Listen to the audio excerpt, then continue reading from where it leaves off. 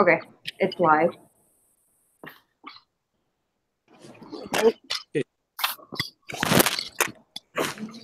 So the first question, so asking how familiar is the group with all 13 of the IDEA categories? Personally, reading them, like, it wasn't anything new to me. Yeah, like, because in special ed law, we went over like all of them and like the definitions. Yeah. With that was Yeah, I mean, I've at least like it's not really like talked much about some of them. Like I've heard about them, or like I had a class last semester that we touched on a lot of those, so I was already familiar with that, and like I know some people that have like autism or other like learning disabilities or whatever. So I've seen people yeah, like experience as well. With yeah. some. I the only specific learning disability I knew about was dyslexia, but I actually didn't really know about the others Yeah, no, I agree with that that. have like those terms. Yeah. Like the dyscalculia. Dyscalculia. I didn't know that was a thing. Yeah. It kind of sounded made up.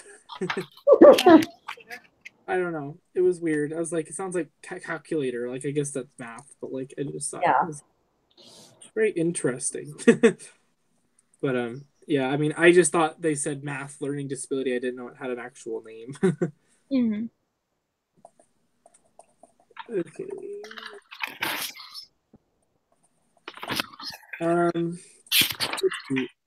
The auditory processing disorder was kind of interesting. I never really knew it. I never really thought about it as much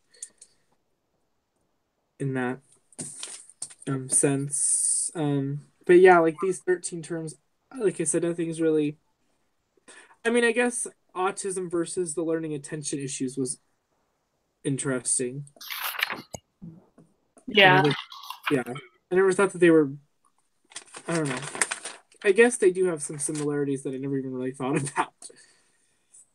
I thought it was kind of interesting that they made their own category for deafness instead of just including that in hearing impairments.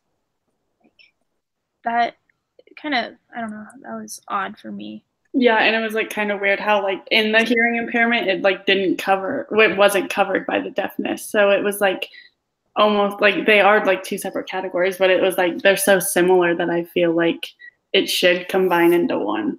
Yeah. Yeah, that is. I think it's just because I think the deaf community wants to value their themselves. Like they like to be their own. Like yeah, I mean, it is because I learned some of this in my sign language class.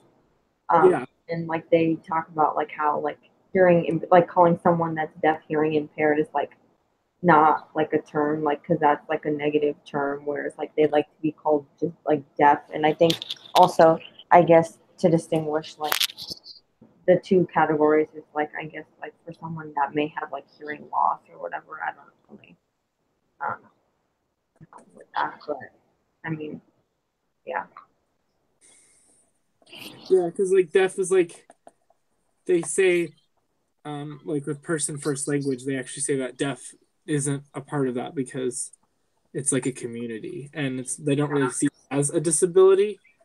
It's kind of argued and debate about deaf being a disability because they have so many accommodations for them. It's like it's not even a problem to be deaf because they have like it is like within their own community and they have their own language, like, so that's probably why. I don't know, I'm still actually surprised deaf is still in a disability category and like stuff like this because of that. I guess it's kind of an argument made for them. Yeah. Uh,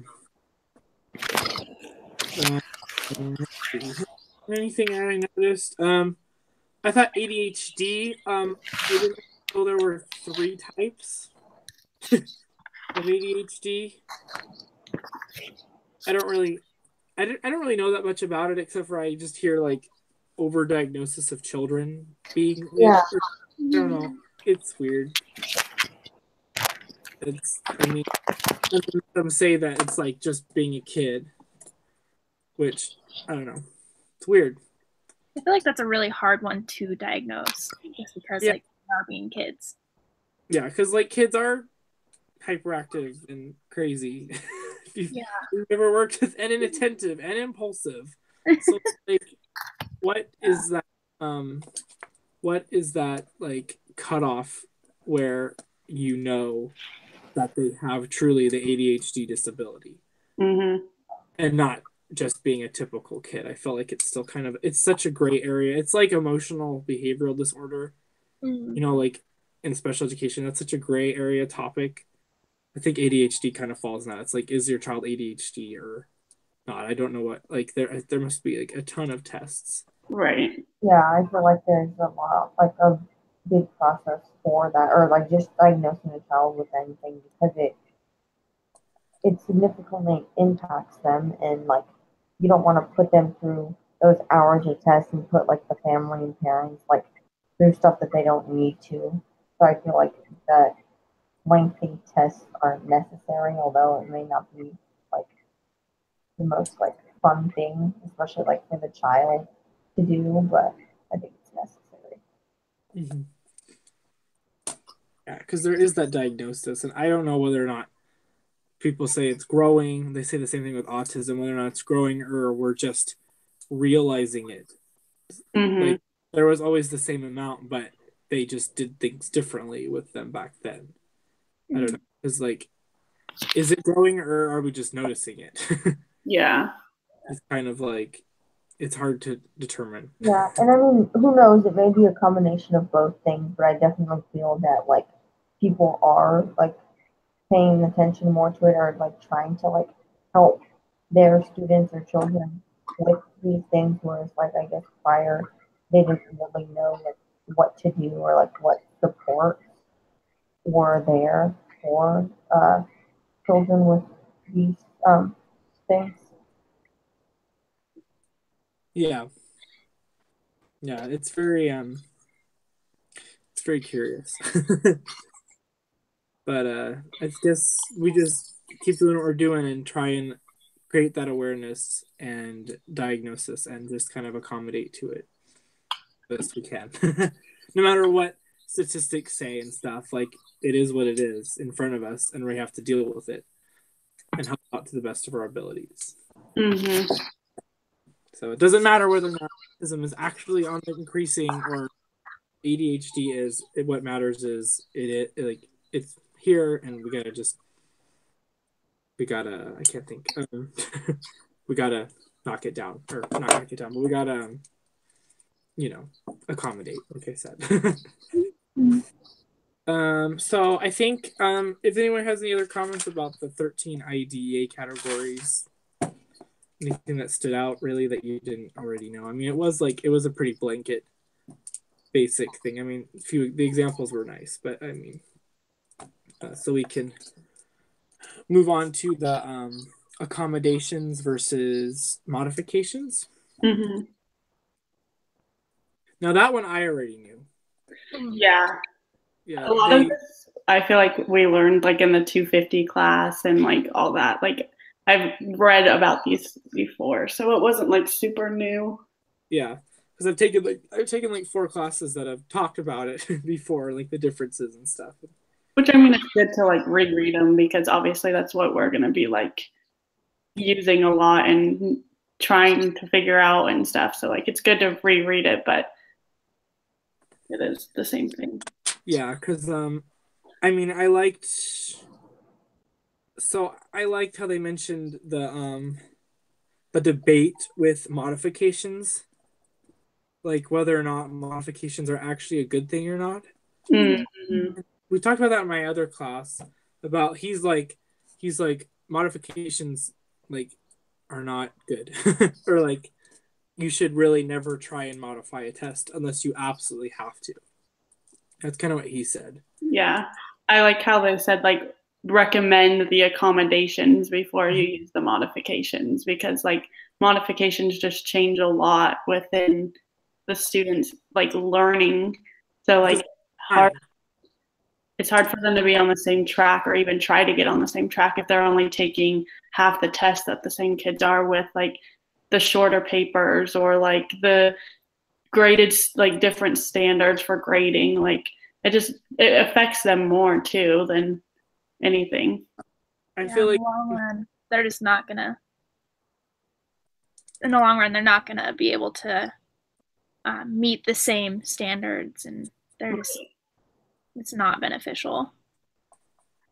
yeah, like unless it's like a student with like a really severe, profound like disability who literally is not like it's just gonna they I don't know how to describe it. How did the one describe it? It's like alternative assessments, like the alt ISAT and stuff like that for students who have like severe intellectual disabilities and stuff who just they need to be able to take some kind of assessment because you can't just have someone with a severe disability like that, not take an assessment. Right.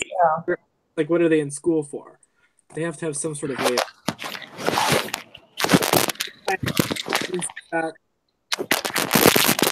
I don't know. We don't want them to always be behind, obviously, but sometimes it's just disability. I think the best you can do is just keep teaching things and hoping that they still grow and be able to one day live on their own because they have tons of programs, adult living programs for them. And I think that's our goal is to prepare them. It's not going to be, they're going to like catch up to their class. I mean, I could be optimistic and say I want them to like, be in line with their class, but like sometimes it's just like, you just got to do the best you can and prepare. Ooh, it's such a sensitive topic. Yeah, and I mean, like, every child is so different. But you know what I mean? Yeah. Not everything is going to work with every child, so just, I guess, like being flexible with that too.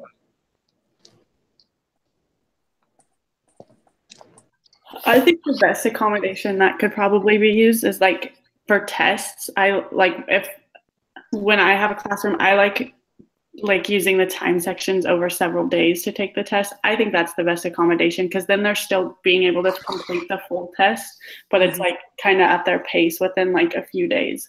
So that way they benefit from getting everything like the same kids do, just like on their own time more so. Mm-hmm.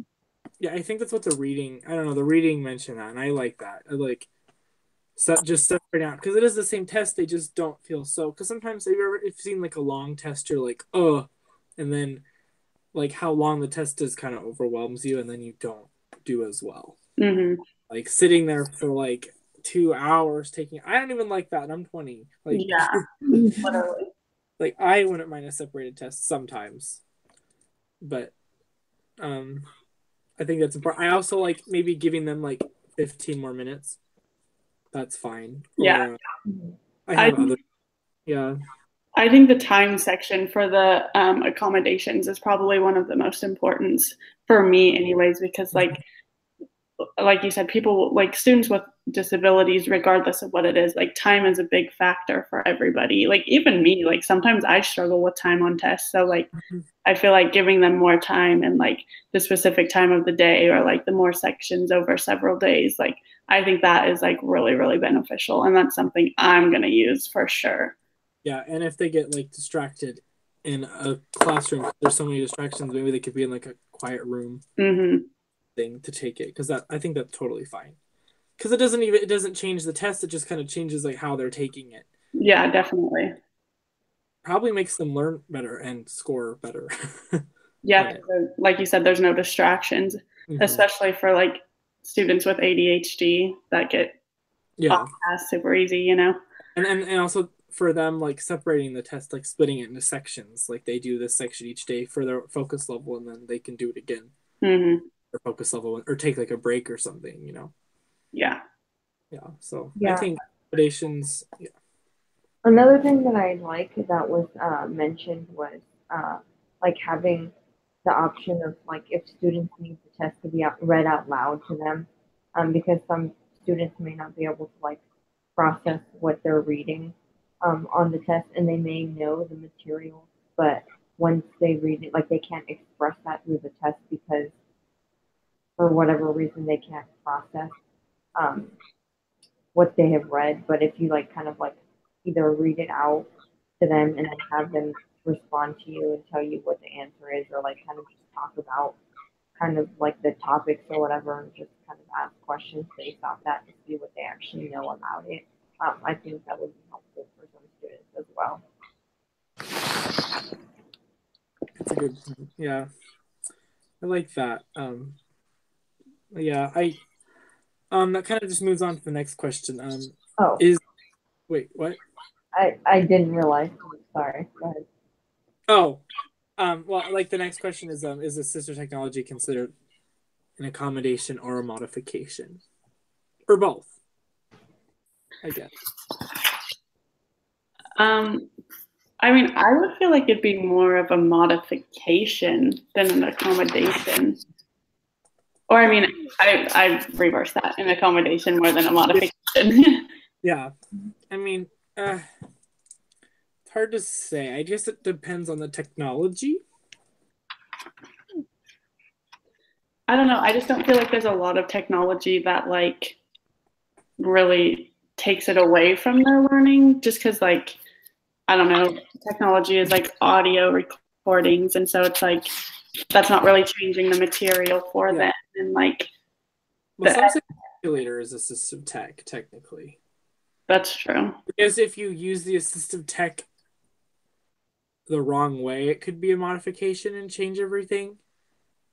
That's true. I mean, that's kind of, I would say more of accommodations, that for sure. Yeah, I mean, I guess you're right, because like if some students, like on a math test, if you're not allowed to use a calculator, but those students do, that would definitely be more of a modification.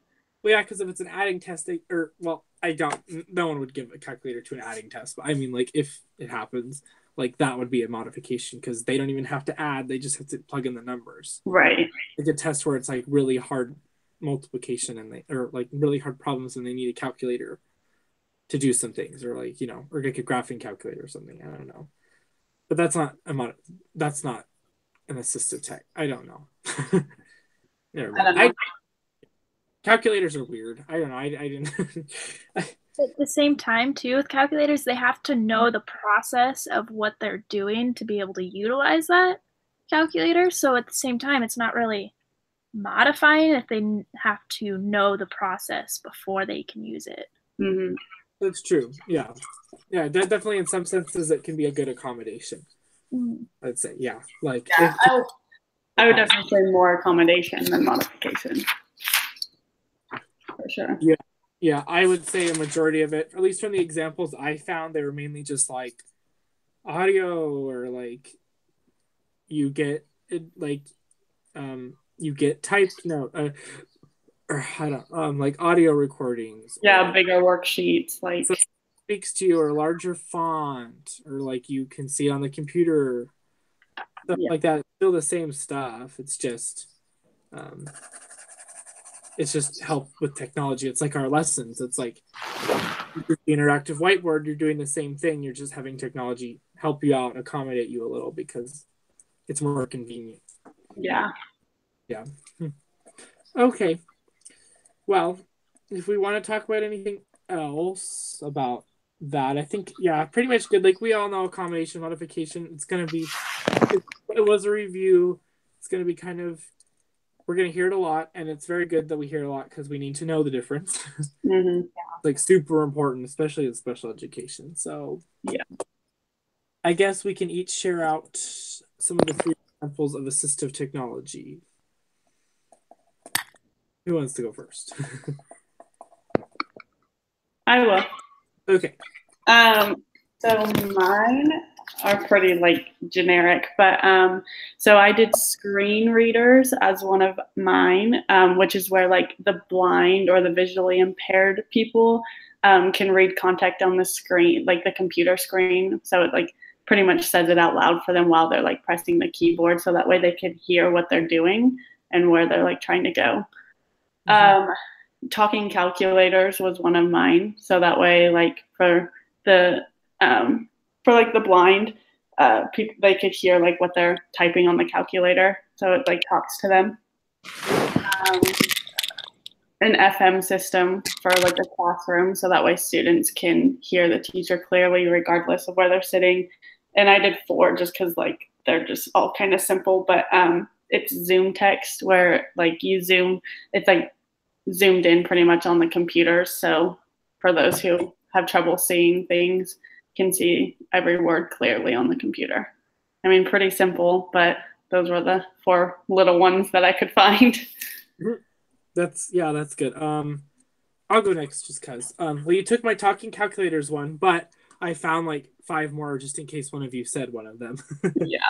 I'm prepared like that. But I did it's called a paper-based computer pen. So it records and it links the audio to what a person writes, like using the special pen, and they write, and then they listen to the pen, and then they can go back and hear the section of the notes by just touching the handwriting. It's really weird. I don't know. It's just some pen. It's super expensive. I remember in my special ed law class we talked about that. It was like $100. It's like a little pen, and it like when you write, it remembers what it writes, and then you can like it's weird. I don't know how it works, but it's really cool. It'd be really helpful for students who struggle with reading or maybe even are blind but know how to write. That way they hear it back so they can like study it, kind of like the screen readers. And then another one it's called a variable speed tape recorder. So they can record a lesson and then they can listen to it, but they can like slow it down and it's not distorted. So it doesn't make them sound like, but like it just slows it down so they can like really focus on it and like re-listen to it. And then another one, I said, you took the FN one. Text to speech. Sorry. if I took yeah, text to speech. So, that's just like, type, says it. Simple stuff. We all know that one. And those are my 3. I'll go next. You guys kept taking mine, but I got, I guess, enough. Yeah, I feel like if you want to elaborate on one, if you don't have any more.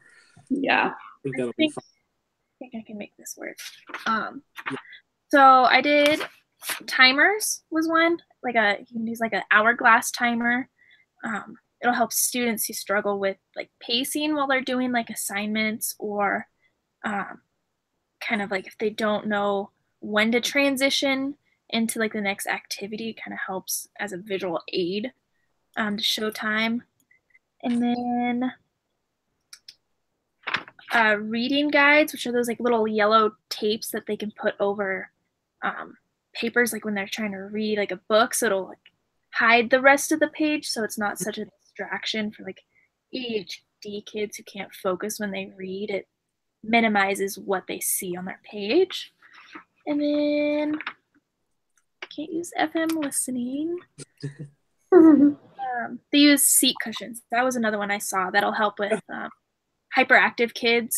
It'll help and with sensory, because it provides a little bit of movement and stimulation, so they don't have to walk around in order to focus.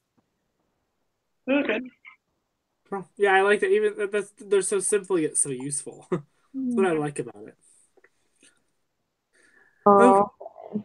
Well, if we didn't take yours. Well, a lot of them were like, I also said text to speech and the applications that you can use for the blind, like you can have that read out or whatever to you. I don't know if this is really a thing that was supposed to be under this category or whatever, but I just said the use of closed captioning on if you're presenting a video or whatever in your class. If you have students that are hard of hearing or deaf, then you can put those on, which could just be a useful thing for them so they could understand what's going on. No, I think that's super helpful. Yeah, I use them anyways, even though just because I like them, just to understand if I miss something, that I heard on what I'm looking at. I use them all the time. Like I always like listen Really? to my stuff. Like I do. They distract me so much because I'm literally just like looking at the words the whole time, and I'm like not even looking at them. Yeah. That's how I feel. Automatically goes to read, and I'm just like, Yeah. only that. I'm like, I mean, I don't mind in like lecture videos because I don't really care about the visuals. But if I'm watching a movie or something, I'm like, no subtitle, unless I have to. Then I'll deal with it. Yeah. Not on my own. Those are mine. Another one that I think is super interesting, is like the pencil grips for students. Oh Like, yeah. the like rubber pencil grips. I don't know. I've heard those like help a lot with students with disabilities, and I like kind of want to see how like effective it really works for like myself. Like I want to see it visually, but I've heard those like work super well for kids. Yeah. So I think it's crazy how something so small can like affect something. Yeah, very simple. Like even when Laramie said the reading guiders, like that's considered tech and it's super simple. It's just like it could even be an index card. It doesn't even have to be fancy. Mhm. You know, we learned you could make so many makeshift assistive technology stuff in a classroom. It's unbelievable. Yeah, that's pretty great though that like we have all that stuff to be able to help our students as much as possible through different. Yeah, not like break the bank, you know. Yeah. Yeah. Just so many simple solutions that, you know, well, big companies will try and like sell all these things so they make a lot of money, but it's like sometimes you don't need that. Yeah. I mean, Sometimes. But some definitely need like all that, but like you can do the simplest things for so cheap and so helpful. mm-hmm. That's why it's like if you just do your research on it and you're resourceful, assistive tech is pretty accessible, especially in our growing technology era. Mm-hmm. Yeah. It's everywhere. It is. Like there's just I think it's like unlimited access. Well, I think yeah, I liked all that technology. It was really good. This was kind of a review because I remember going over assistive tech in one of my other classes, like just like a general. But maybe now that we're like learning the basics, maybe now we're gonna jump into more specifics and stuff. So like what the class is assistive technology and education. So we'll actually start getting into assistive tech, like how to use it more.